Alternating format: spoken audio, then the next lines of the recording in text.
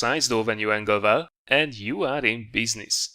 The 70mm of side armor means that you won't be overpanned even by the largest of guns, and the large spaced armor over the tracks helps a lot as well. Alright, that's about enough with the boring stuff. Let's talk a bit more about the machine while I bring the Oni to a rather unorthodox location. Check this out! Alright, so here we are in our Oni, this time around in a standard battle on El Haluf. Well, this will be the perfect map to demonstrate the famous Japanese heavy tank tactic.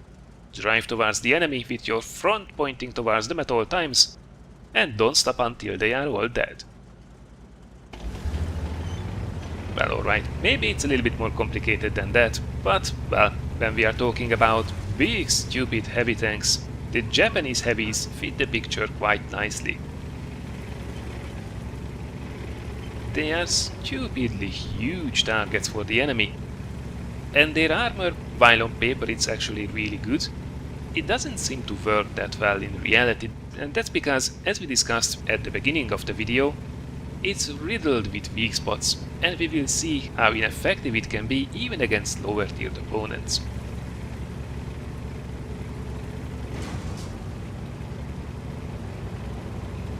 But until we make our way slowly towards the A1A2 zone, which is the usual brawling spot, let's have a quick look at the matchmaking.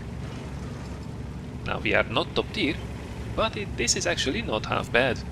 Only about a third of the teams are tier 8s, so we are still a fairly strong tank in this matchup.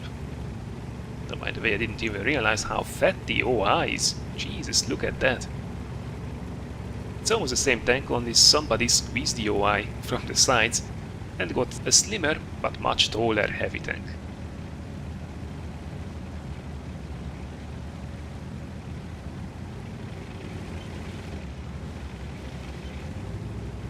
So, the Oni. You have basically a choice between two guns. You have the usual dirt gun that you so much loved on the OI, and this time around you also have yourself a 105mm regular tank gun, which I would highly suggest using on this machine. So until you unlock it, use the dirt gun, as you used to already, but when you unlock the top gun, as we casually snipe the Comet, a really lucky shot by the way, with 0.4 meters dispersion, I definitely suggest changing to this gun. 190mm of penetration and 330 damage will be a lot more reliable if you can find yourself some targets that you can penetrate. Now, this thing will struggle at shooting at, for example, tier 8 heavy tanks frontally, but luckily in this matchup there is only a 1-1-2 which could give us trouble, and the rest we should be able to penetrate even with the standard rounds. By the way, this machine has upgraded AP rounds as its premium ammunition, which is a bit exceptional.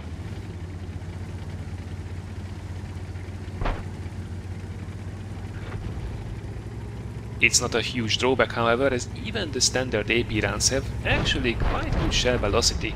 As we did see also before, one of the reasons why we were able to hit that Bulldog was because we have over 900 meters per second base shell velocity, which allows for really nice snapshots, like this one as well. By the way, now this is usually not a place where you see a Japanese heavy tank go. It's not unreasonable though. The reason why I was going here is because, well, all of our top tier heavies are facing off their heavy tanks who are in a really dug-in position. And I really didn't feel like trying to snipe and play peekaboo on the opposite corner. Sniping with this gun at a relatively far distance is usually not the way to go. It's really inaccurate, and the 0.4 meter dispersion is only when you are fully aimed, and it will take over 3 seconds to fully aim this gun, so it's not really the quickly popping out, popping back type of playstyle that this machine prefers. Jumping on poor little bulldogs, however, now that's a different matter entirely. So I came here. I actually have 10 degrees of gun depression on this machine. For that to be realistic, I have to turn the turret a little bit to the left or to the right to avoid those mini turrets in the front that will block my depression a little bit. However, if I do this to the sides, I have quite nice depression.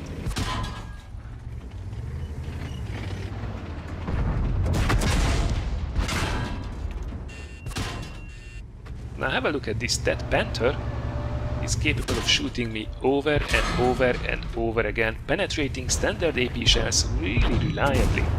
And that guy is a tier 7 medium tank. So, that says a lot about this armor.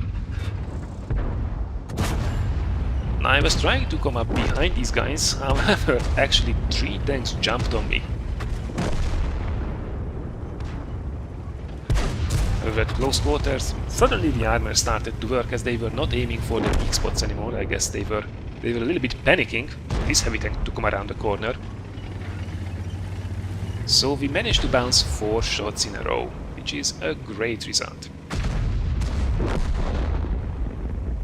Now, going downhill is probably the fastest we will go in this match. We have a 25 km/h top speed and a below 12 horsepower per ton power to weight ratio, so yeah, this tank will not close the distance quickly at all. However, finding yourself a juicy target and biting huge chunks out of it is what this tank is really good at. We are already at 3600 damage and we are definitely not done yet.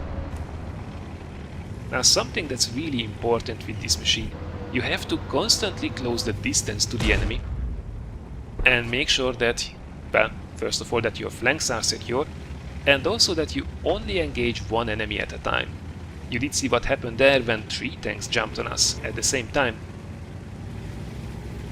When we are in control, however, and that by the way was a really lucky shot on the move, so when you are in control and you are able to limit the amount of enemies that can shoot you to 1, then you are in a really strong position in these tanks.